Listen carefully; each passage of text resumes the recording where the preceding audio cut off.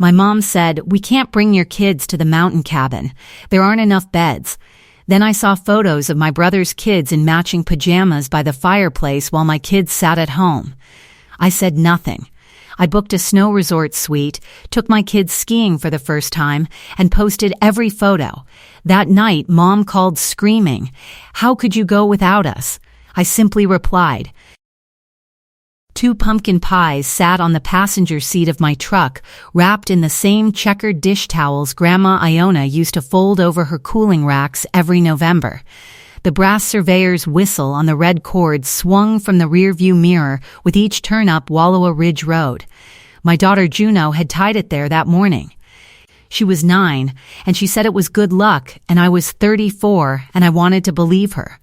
The ridge was cold that Wednesday, November 26th, 2 days before Thanksgiving, the kind of Central Oregon cold that sits in your lungs and stays. I parked in Mom's driveway behind Brody's truck, picked up both pies, and walked in through the side door. Mom's kitchen smelled like cinnamon and cedar, and whatever expensive candle Serena had brought from Portland. The counter was already covered with platters. Brody stood at the island with a glass of sparkling water, his jaw relaxed, his posture the posture of a man who has never had to defend himself in a room full of family. Serena was next to him, adjusting their son Beau's collar with 2 fingers. Del Kearney, the neighbor from the lot below, was near the pantry picking up a borrowed roasting pan he had lent Mom in October. His wife was in the car. 4 people in the room. That mattered later. Mom picked up 1 pie, turned it in her hand, set it back down. "Those look nice, Cameron. You can set them on the counter." She wiped her hands on her apron and her voice changed. It dropped half a register the way it always does when she has already decided something and is now presenting it as a reasonable thought she just happened to have. Mom leaned against the counter. "I need you to hear this without making it a thing. The cabin sleeps 8. Brody's family is 4, your father and I are 2, and Serena's parents make 8. There is no room. And frankly, Finn broke the banister last Easter. I cannot have that again." The banister.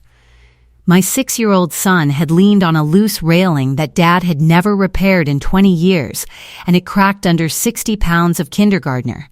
That was April. Mom was still using it in November as evidence that my child was the problem. "So we are not invited," I said. Mom's chin lifted. "I did not say that. I told you there is no room. There is no room for my children." Mom folded her arms. "There is no room for anyone else, Cameron. That is math." She looked at Brody. He looked at his plate. Serena adjusted Beau's collar a second time. Nobody spoke. The math was not the issue, and every person in that kitchen knew it. And then Mom delivered the line that made Del Kearney stop moving. "The cabin is not a jungle gym, Cameron. Your daughter melts down over cocoa foam and your son breaks everything he lands on. Nobody wants a single mother's chaos ruining Serena's first family weekend. You measure ditches for a living. Learn to measure a room." Del's hand was on the roasting pan. It did not move. The pan stayed half lifted between the shelf and his chest, like he had forgotten what his arms were doing. Serena's fingers froze on Beau's collar. Brody's jaw tightened, but his mouth stayed shut. Not one word. Not for me. I stood there for 4 seconds. The cord of the whistle pressed against my sternum under my jacket. I picked up my keys from the counter where I had set them next to the pies. I walked out through the screen door without turning around. The pies stayed on the counter. Mom did not call after me. Nobody did. I sat in my truck in Mom's driveway for 6 minutes before I could shift into reverse. My hands were on the steering wheel and my knuckles were pale, and my vision was blurred, and I was not crying because I had made a promise to myself 2 years ago during the divorce that I would never cry in a driveway again. I kept that promise. But I sat there, and I breathed. And I let the sentence replay. Your daughter melts down over cocoa foam. Your son breaks everything he lands on. Nobody wants a single mother's chaos. That was not a mother worried about beds. That was a woman who had decided my children were a set design problem. They did not fit the picture she was building for Serena's parents. Juno's quiet tears over hot cocoa were not endearing. They were embarrassing. Finn's energy was not a 6-year-old being alive. It was a liability. And I was not her daughter in that kitchen. I was a scheduling conflict with custody baggage and muddy boots. You measure ditches for a living. Learn to measure a room. Dell heard that line. Serena heard it. Brody heard it. And Brody already knew what I am about to tell you. That was November 26th. By January 20th, I owned every inch of dirt her cabin sat on, and she did not know it yet. Thanksgiving Day. I kept my phone in the kitchen drawer. Juno, Finn, and I ate turkey sandwiches on the living room floor with a blanket fort and a movie about a dog who learns to surf. "Mom, are we supposed to be somewhere?" Juno asked during the opening credits. "We are exactly where we are supposed to be." I smoothed down Finn's blanket fort wall without looking up. She nodded. She did not ask again. Finn laughed so hard at the surfing scene that he knocked his cranberry sauce off the paper plate and onto the carpet. Juno cleaned it with a wet cloth without being asked. She was like that. She noticed the things other people missed and handled them quietly. The way Grandpa Ansel used to straighten crooked survey stakes at the end of a job, even when the client was not watching. At 8:14 p.m., my phone buzzed 11 times from the drawer. The family group chat. Photos, Brody's kids and Serena's parents in matching red and green flannel pajamas by the cabin fireplace. The good china on the dining table. The tree with the ornaments Grandma Iona had collected for 30 years. Bo holding a mug of cocoa. Jane in Serena's mother's lap. An older couple in matching robes I had never met. Everyone smiling.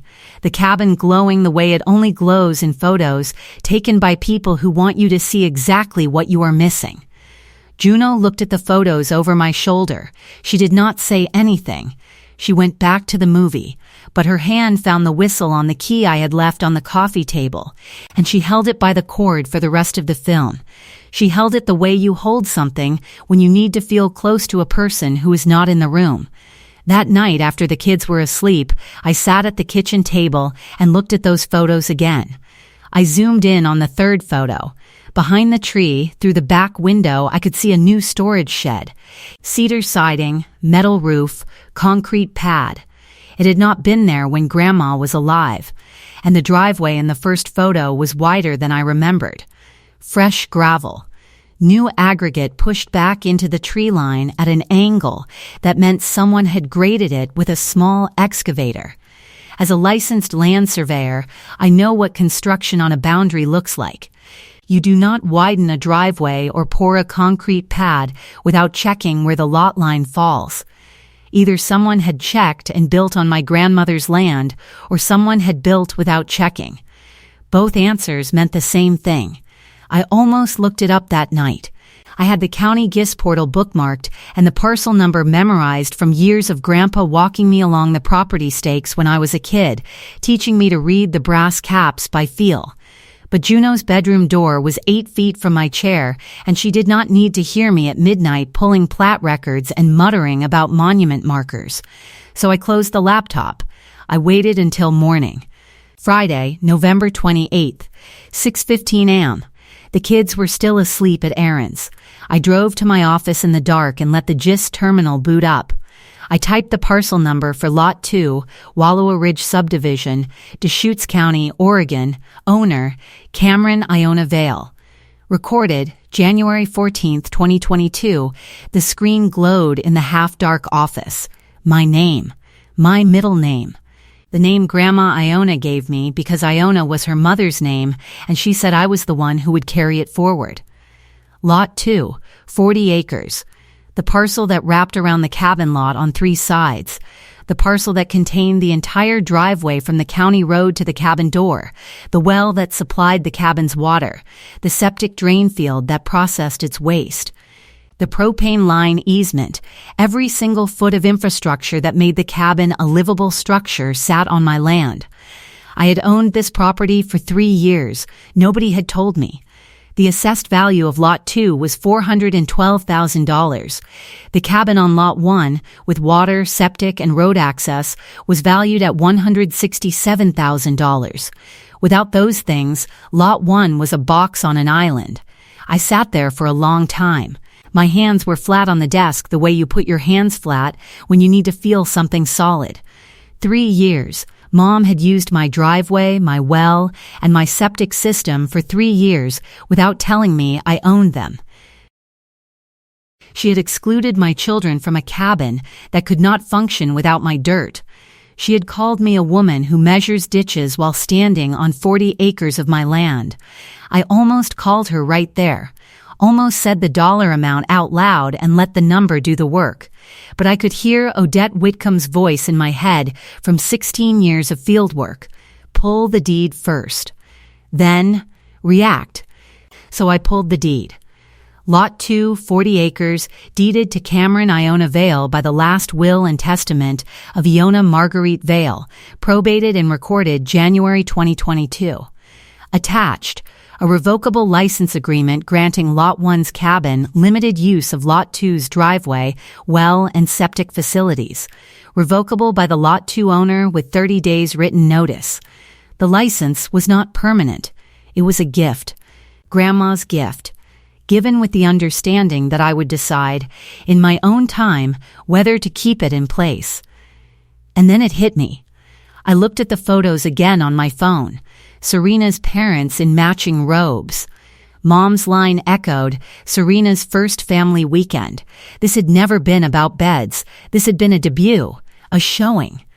My mother had staged a curated Thanksgiving for Serena's old money Portland parents, and my children, my divorce, my muddy boots, and my cocoa foam daughter did not fit the portrait she was trying to paint on my land.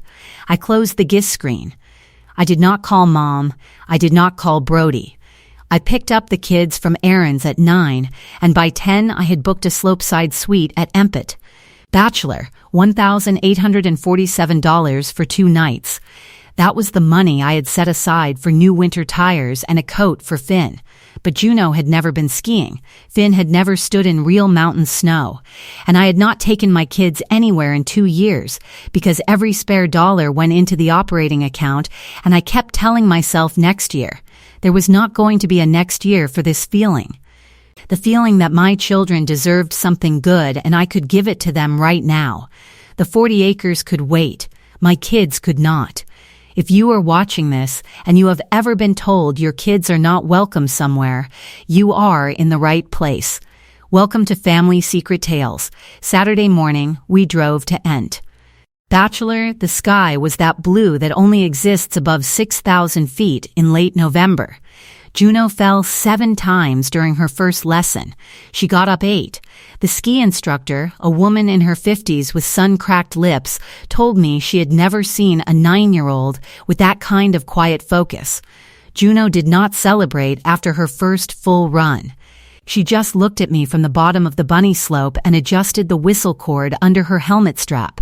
She had taken it from the truck that morning and put it around her neck without asking. Finn threw a snowball at my back from 10 yards and hit me between the shoulder blades and screamed like he had won the Super Bowl. He did this 14 more times. I did not dodge a single one. We ate chili at the base lodge. Finn asked for seconds. Juno dipped her bread in the broth the way Grandma Iona used to, holding it at the edge until it was soft but not falling apart. She had never seen Grandma do it. She just did it the same way. Some things pass through blood. After lunch, Juno rode the chairlift for the first time.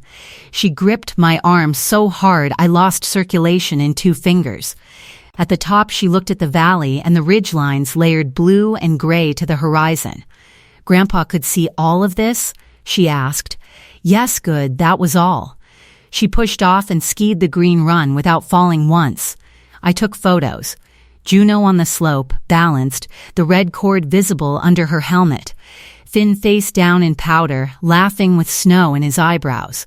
Me with both of them, the mountain behind us. My face, the face of a woman who is not performing happiness, but is standing in the middle of it. I posted every photo, not to make a point, because my kids were happy, and I was happy, and for the first time in 2 years the life I was building felt real. The group chat went quiet for 4 hours. Then my cousin Hallie liked the photos. Then Aaron's sister. Then 2 moms from Juno's school. Comments, "This is amazing. Juno looks so confident." Nobody from my family reacted. Not Mom, not Dad, not Serena, not Brody. Brody's silence was different from the others. Mom was probably furious. Dad was probably calculating. But Brody just vanished from the chat. No reaction, no like. That kind of silence is not indifference. That kind of silence belongs to someone who knows something and does not want attention drawn to what they know. Sunday night, 9:47 p.m. Kids asleep. Phone on the coffee table, speaker on. The brass whistle on the side table next to a glass of water. Mom's voice hit the room like a fire alarm. "How could you go without us?" I let that land for a second before she kept going. "You took those kids to a resort you cannot afford to make me look bad. $1,800 on a ski trip, and you cannot even buy Finn a winter coat that fits. That is what you do, Cameron. You cannot build anything real, so you perform. A divorced woman with a survey company that does not even have a second employee posts ski photos like she is living some kind of dream. Your father agrees. Brody agrees. Everyone sees it. You are a 34-year-old woman posting photos like a teenager because you did not get invited to one weekend." Dad was on the line. Silent, the way he always is when Mom has the wheel. I let her finish, every word. She circled back to Finn's coat. She mentioned the cost of the ski trip 3 times, as if $1,847 was proof that I was irresponsible. She repeated everyone sees it twice more. Then she ran out of ways to say the same thing, and the line went quiet except for Dad's breathing. "Are you done?" I asked. Mom's breath caught. "Excuse me?" I kept my voice level. "You told me to measure a room. Grandma left me 40 acres. Your driveway ends where my property line begins." 7 seconds of silence. I counted them on the clock above the stove. "What are you talking about?" Mom's voice cracked on the last word. "Ask Brody." I hung up. I picked up the whistle by the cord and held it in my closed hand. The line was not a guess. I had pulled the plat Friday morning. I had read the deed. I knew the assessed value down to the last digit. But I did not tell her any of that. She could find out the same way I did. Monday morning, December 1st. I called Odette Whitcomb. She was 68, retired Deschutes County surveyor. She had trained me when I was a 22-year-old field tech with borrowed boots, a borrowed rod, and no idea how to read a benchmark elevation without double-checking the manual. She had taught me to read monument caps in the rain, to pace a chain without miscounting, and to know the difference between a boundary that was surveyed and a boundary that was assumed. I need you to look at something. I had the plat open on my screen and the deed pulled up on the second monitor. Odette paused. "Your grandmother's plat?" I paused. "How did you know?" Her voice softened. "Cameron, I surveyed that ridge in 1991. I watched Ansel walk those markers with you when you were 11. Your mother never once walked the line with him. Your brother never asked about the monuments. You did, every summer, every visit. Iona told me she was leaving it to you. I have been waiting for this call for 3 years. 3 years, and nobody told me." Odette's voice was careful. "That was not my secret to tell. It was your grandmother's gift, and it was supposed to come to you through the proper channels. When it did not, I assumed someone was handling it. Someone was handling it. Brody was handling it. He signed an acknowledgement form and then told the attorney to hold off." Odette was quiet for 4 seconds. Then, "I will be there in 20 minutes. She drove over with her thermos of black coffee and her 1991 field notebook that had the original Anselvale survey notes penciled in the margins. She sat at my desk and looked at the plat, the deed, the license agreement, and the revocable clause. She read every page. Then she closed the folder and looked at me. Call Wanda Blakely. Today, Wednesday, December 3rd. Attorney Wanda Blakely's office on Greenwood Avenue. Wanda was Grandma Iona's estate attorney. 51. Reading glasses on a beaded chain, the kind of lawyer who keeps original documents in fireproof cabinets and remembers every file by the color of its folder. Iona's file was green. Wanda pulled it without looking up. Odette sat next to me. I had asked her to come because she had known Grandma longer than I had been alive. Your grandmother was very specific. Wanda opened the folder flat on the desk. She left Lot 1 and the cabin to the family trust with Elaine as trustee. She left Lot 2 and the 40 surrounding acres directly to you. Not to the trust, not to the family. To you, by name, by deed. The revocable license, I asked. What exactly does it allow? Wanda turned a page. The cabin's driveway, well, and septic all sit on your land. They operate under a license your grandmother attached to the will. You can revoke it with 30 days written notice. After that, the cabin has no water, no road, and no waste system. Why did nobody tell me? Wanda took off her reading glasses. I sent a certified letter to your registered address in March 2023. That was the marital home. You had already moved out. The letter came back unclaimed. She turned a page. But your brother Brody was named alternate executor designee. He received his own copy directly from this office. He signed an acknowledgement form confirming he would ensure you were informed. And he did not inform me. I could feel the edges of my molars pressing together. Wanda shook her head. No, he did not. She slid the form across the desk. Brody's full signature, dated March 22nd, 2023, and in the margin, in Brody's handwriting, please hold off contacting C directly. Holiday plans. Don't want complications. Holiday plans do not want complications. My brother had learned that I owned 40 acres of Wallowa Ridge. He had signed a legal form accepting responsibility for telling me, and then he had written a note asking the attorney to hold off because he did not want it to complicate his family's use of the cabin. 22 months. Through 2 Thanksgivings, 2 Christmases. And every Saturday Serena's Escalade rolled up the widened driveway on my land, and now the full picture was clear. Brody had known I owned the land. He had hidden it so his family could keep using it. And the weekend that proved it, the weekend Mom excluded my kids, had been staged on my 40 acres for an audience I had never met. The beds were never the problem. My children were the problem. And they did it on dirt they had hidden from me. Odette put her hand flat on the desk. Her voice was steady, but the hand was not. I had never seen Odette's hands shake in 16 years of field work. That boy watched you work 60-hour weeks and kept his mouth shut. My eyes stung. Not from the money, not from the acreage. Because Brody had stood at that kitchen island and listened to Mom call me a single mother who measures ditches, and he already knew the dirt under the cabin was mine. He let her say it. He let me walk out. Then he went back to his sparkling water and his flannel pajamas and used my land as the backdrop for his family portrait. If you have ever had someone in your family hide your own inheritance from you to protect their own comfort, subscribe to Family Secret Tales and hit the bell. I called Brody on Tuesday, December 9th. He picked up on the 3rd ring. Bo was asking about dinner in the background. I saw the acknowledgement form. I kept my voice flat. The same tone I use when I call a contractor about a boundary discrepancy. 3 seconds of nothing. Then he exhaled the way he always does when he has been caught and needs to make it sound like a misunderstanding. Brody's voice came out fast. I did not hide anything. I just did not think it mattered. You were not using the land. We were. What were you going to do with 40 acres of pine trees, Cameron? Build a survey office in the mud?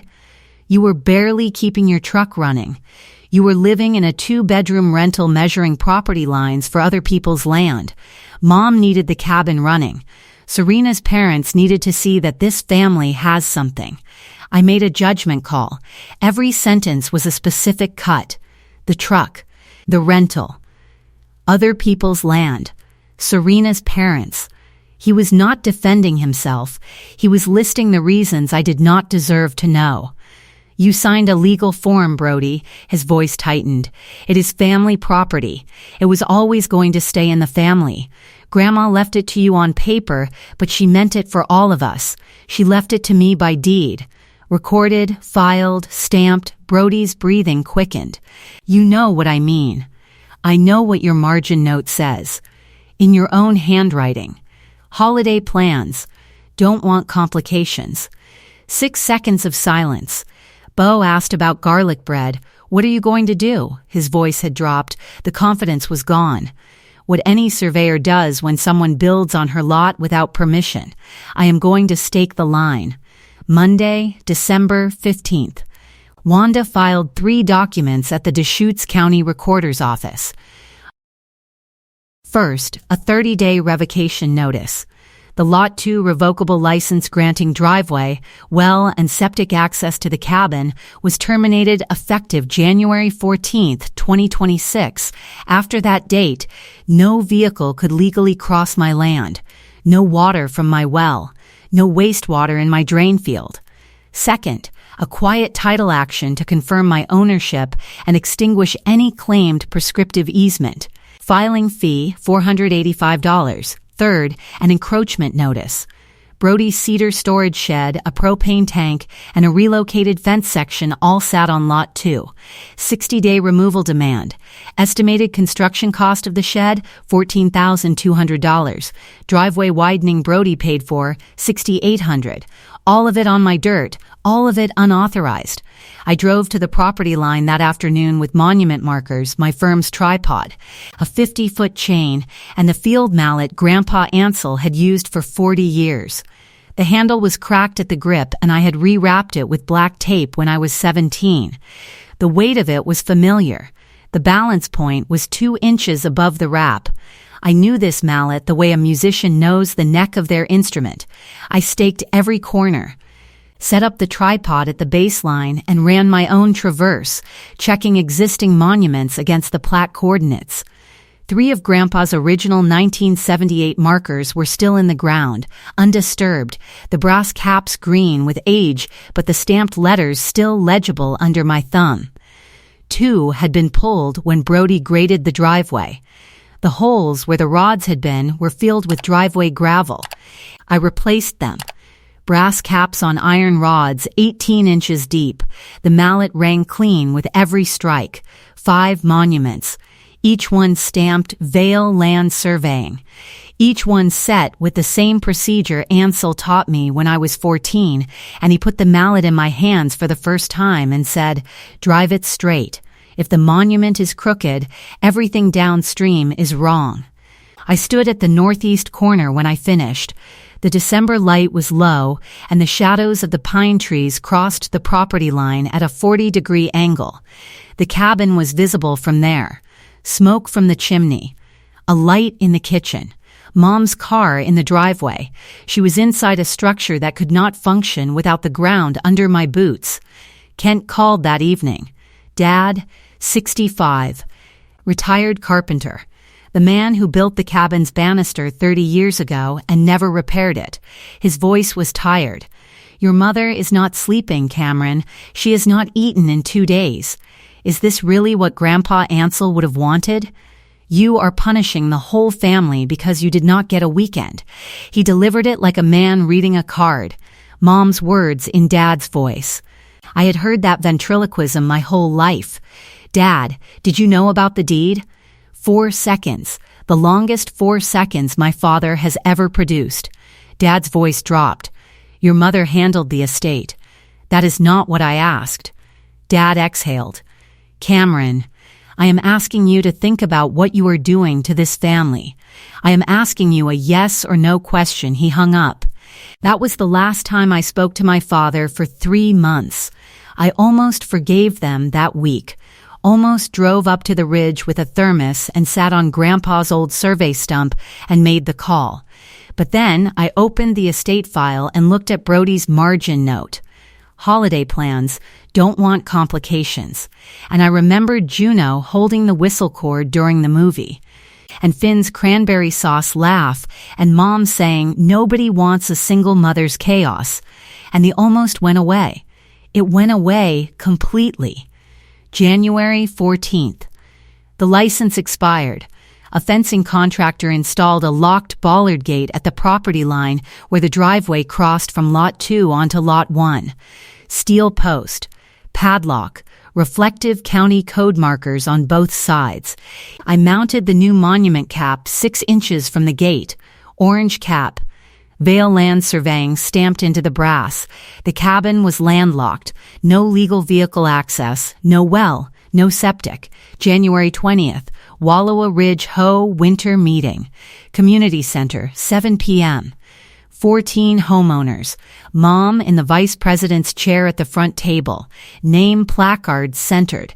Agenda printout squared with the edge of the table. Dad in the back row. Brody 2 seats behind him. Serena not present. I walked in at 7:04 with a rolled plat under my arm, the 1978 covenant copy in a manila envelope, and the recorded revocation in a clear sleeve. The whistle hung under my jacket on its cord. Gerald Cope, the board chair, called the meeting to order. I raised my hand. I have a compliance matter regarding Lot 1, Wallowa Ridge, Parcel 4417. Gerald nodded. Mom's face changed. The corners of her mouth pulled in. She knew the parcel number the way an Ho vice president knows the parcels she oversees. But she did not know what was coming.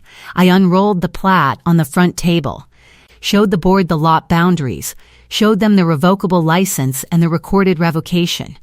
Then I showed them the 1978 restrictive covenant Grandpa Ansel had recorded on Lot 2 limiting the access road to 12 feet. Fire safety and erosion control measure, standard for rural Oregon ridge parcels.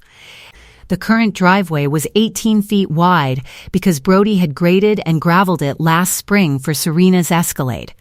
Without the license, the cabin's only access was a 12-foot road that no longer existed. Mom interrupted from the VP chair. This is my daughter. This is a personal matter.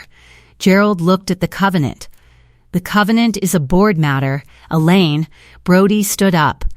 His chair scraped the floor. Every head turned. My sister is doing this because she is angry about Thanksgiving. This is a family dispute, not a board issue. She did not get invited to one weekend, and now she is trying to destroy a family property. Cameron, can we step outside? His voice cracked on the last word, not from emotion. From the effort of sounding reasonable, while 14 neighbors watched him try to drag a legal proceeding into a hallway. I did not move. I did not look at him. I addressed the board. Lot 1 is out of compliance with the recorded covenant on the access road width. The revocable license that permitted expanded access expired January 14th. Under Section 4. 2 of the HOA bylaws, any property out of compliance for more than 30 days triggers automatic review of the owner's board eligibility. Del Kearney sat in the second row. He had been in Mom's kitchen on November 26th. He had heard the line about ditches and single mothers. He looked at the plat, then at Mom, then at the table in front of him. He nodded once. The nod of a man who suspected something and has just watched it confirmed on a county document. Ruthie Baines, the board secretary, read Section 4.2 aloud from the bylaws binder. I have served this board for 6 years. Mom's hands gripped the edge of the table. You cannot remove me over a family squabble about a driveway. The covenant violation is documented, Gerald replied. The access revocation is recorded. This is not a squabble. This is a compliance failure. Mom leaned forward. I will fix the driveway width. Give me 30 days. The driveway is on your daughter's property. You cannot fix it without her permission. Gerald paused. Do you have her permission? Mom looked at me for the first time since I had entered the room. I held her gaze and did not speak. Gerald called the vote.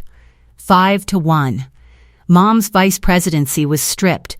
She was the one vote. Her hands went flat on the table. Her fingers spread wide and pressed down until the knuckles turned white. Her right hand trembled once, then locked. Her shoulders dropped 3 inches like someone had cut the strings holding them up. The color left her neck first, a slow tide moving upward, then her jaw, then her cheeks. Her breathing changed. Shallow, controlled, the kind of breathing a person does when they are trying to hold their face together in a room full of people who are already looking away. She did not reach for her purse or the bylaws binder she had brought from home. She sat in the VP chair with her name placard still centered in front of her and watched every homeowner file out past her, and she did not move.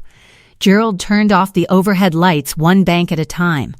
She was still sitting there when the last bank went dark. Dell passed me on his way to the door and tapped the rim of his coffee cup twice. Not a celebration. An acknowledgement from a man who had watched something wrong become something corrected. Odette was 3 chairs behind him. She caught my eye and tapped the side of her thermos twice, our old field signal from when she was teaching me to call a confirmed line from 40 yards. Line confirmed. The parking lot air was 28 degrees. The sky was black and clear, and I could see every constellation Grandpa Ansel had pointed out to me from this ridge. The financial consequences arrived first. January 22nd, the cabin's homeowner insurance carrier sent a non-renewal notice. Without well access and a functioning septic system, the property was classified as uninhabitable. Annual premium, $3,214. Coverage terminated February 28th. Mom found the letter in the mailbox at the end of the driveway. She had parked on the county road and walked in through the locked gate on foot because the bollard would not open. She stood at the mailbox in her coat and read the letter and put it back and walked to her car.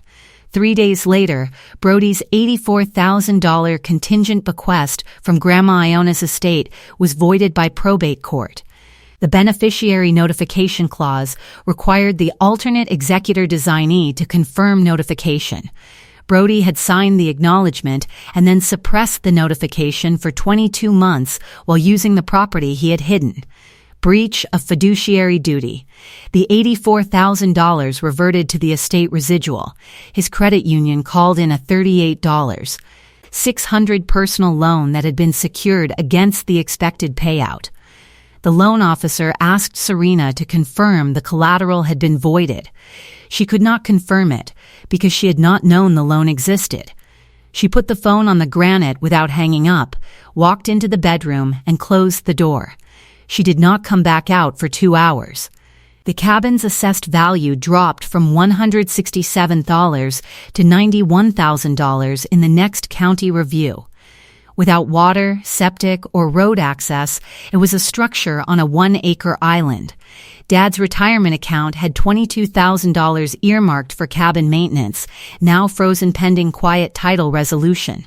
The bank letter sat unopened on their dining table for 3 days. The social fallout moved slower but cut deeper. The HOA directory went out in late January. New VP, Del Kearney. Mom's name removed from the letterhead she had designed 6 years ago.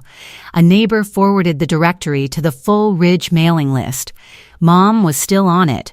She saw her own name missing from her own document.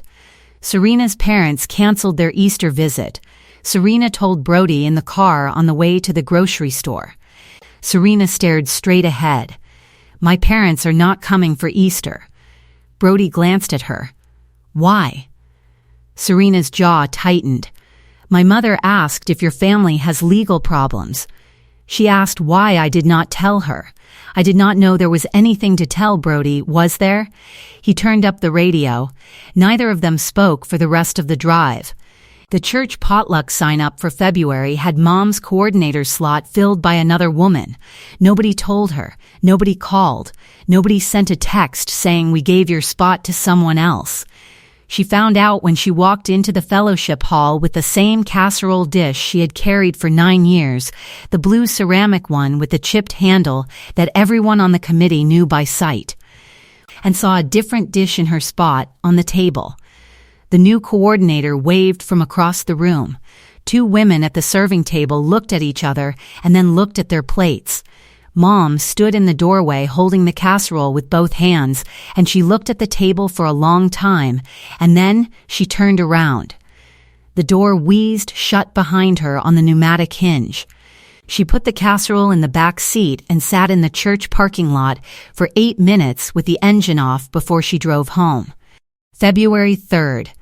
A-Ups box on my front porch. Inside, 2 sets of matching flannel pajamas, red and green. Same brand, same pattern as the Thanksgiving fireplace photos. Handwritten note in Mom's cursive, so my grandkids match too. Love, Grandma. Juno opened the box. She lifted the first pair and looked at the pattern. She recognized it. These are the ones from the picture. Juno's voice was quiet, not sad, just certain. I nodded. She pushed the box to the edge of the table. She did not open Finn's pair. I almost opened it myself. Almost thought, maybe this is the beginning of something. Maybe a box of pajamas is the closest thing Elaine Vale can get to saying she was wrong. But then I read the note again. So my grandkids match too. The word too. As if my children had been the ones who chose not to show up, as if matching had been available all along and they had simply declined. That was Mom's last attempt. Not an apology, not a phone call, not an acknowledgement that she had hidden my inheritance, or that Brody had suppressed a legal notification, or that her VP seat was gone because she had built a social position on my land. She sent matching pajamas to children she had called chaotic from a grandmother who had excluded them. As if the problem had ever been about what my kids were wearing. 2 days later. February 5th. A process server delivered 3 rolled documents to Mom's front door and 3 identical copies to Brody's mailbox. The plat map with Lot 2's boundary highlighted in orange. The recorded revocation with the county seal. The probate breach filing with Brody's acknowledgement form attached, his margin note visible through the clear sleeve, please hold off contacting C directly. Holiday plans. Don't want complications. Brody opened his at the mailbox. He stood on the sidewalk in his coat, reading every page. The wind moved the paper. He read the margin note last. Then he went back inside and did not close the mailbox door. It stayed open for 2 days. The mail carrier left a yellow note. If you have ever drawn a property line your family told you did not exist, you know how this feels. Subscribe to Family Secret Tales. February 14th, Valentine's Day, 8:47 p.m. Elaine Vale drove up Wallowa Ridge Road alone. Kent did not come. She turned onto the driveway approach, and her headlights hit the bollard gate. Locked steel post, county code reflectors throwing white light back into the cab. The monument marker stood 6 inches to the right. Orange cap. Vale Land Surveying stamped in brass. An Ho Covenant notice taped to the post in a plastic sleeve. She sat in the car with the engine running and the headlights on the gate. She did not get out. She did not call anyone. The heater ran. Snow fell on the windshield and melted near the base and refroze at the edges in a pattern that looked, from the right angle, like a topographic line. She sat there for 2 hours. At 10:51 p.m. the fuel light came on. She turned the car around and drove down the ridge at 11 miles per hour with the headlights cutting through nothing. She did not go back. Saturday morning. March 7th. My kitchen in Bend. The framed plat of the 40 acres hangs on the wall by the front door. Clean boundary lines, labeled monument markers. My license stamp in the bottom corner. Juno sits at the table wearing Grandpa Ansel's brass whistle on the red cord. I shortened the cord last week to fit her neck. She traces the Lot 2 boundary with her fingertip, following the line from the South Monument to the north, the way I showed her on the ridge when I took her to see the markers for the first time. She did not ask why we owned the land. She asked where the corners were. Finn is next to her with crayons, drawing his own survey plat on printer paper. The north arrow is backwards. The property line is straight. He has written Vale in block letters across the top. The L is reversed. Odette Whitcomb is at the counter with a plate of kolaches and a fresh thermos of black coffee. She is showing Finn how to read a contour line on a topographic map. He keeps pointing at the wrong elevation and she keeps saying, "Close, try the next one up." She has been saying that to young surveyors for 40 years. She has never once sounded impatient. The 40 acres are in my name. Recorded, clear titled. Confirmed by quiet title judgment entered February 26th. The cabin sits landlocked on 1 acre with no water, no septic, and no road. Its insurance is canceled. Its value is $91,000, down from $167,000. The cedar shed has a removal notice on the door. The well pump wears my firm's orange tag. Mom's VP chair belongs to Del Kearney. Brody's $84,000 reverted to the estate. His $38,600 loan is in collections. Serena's parents have not come back. Dad has not called. On the cabin mantel, a framed photo from 2019 still shows the brass whistle around my neck. The whistle is not there anymore. It has not been in that cabin for years. The $1,847 I spent on the ski trip was the best money I have ever spent. Not because of the photos, because Juno got up 8 times on that bunny slope and Finn hit me with a snowball from 10 yards. And for 2 days on that mountain, my children were the only people in the world who mattered. Mom told me to learn to measure a room. I measured 40 acres, and the driveway ends where my property line begins. The morning light comes through the kitchen window and catches the brass of the whistle as Juno turns her head. The red cord moves against her collarbone the way it moved against mine at the pie drop and against Grandpa's at every ridgeline he ever walked on this mountain. Finn puts down his crayon and looks at Odette. "Can I come to the office and use the big map?" Odette looks at me. I nod. "Always," she says. The same word she said to me when I was 22 and asked if I could try running the traverse alone. The whistle catches the light one more time. Juno touches it without looking down, the way you touch something that has always been yours.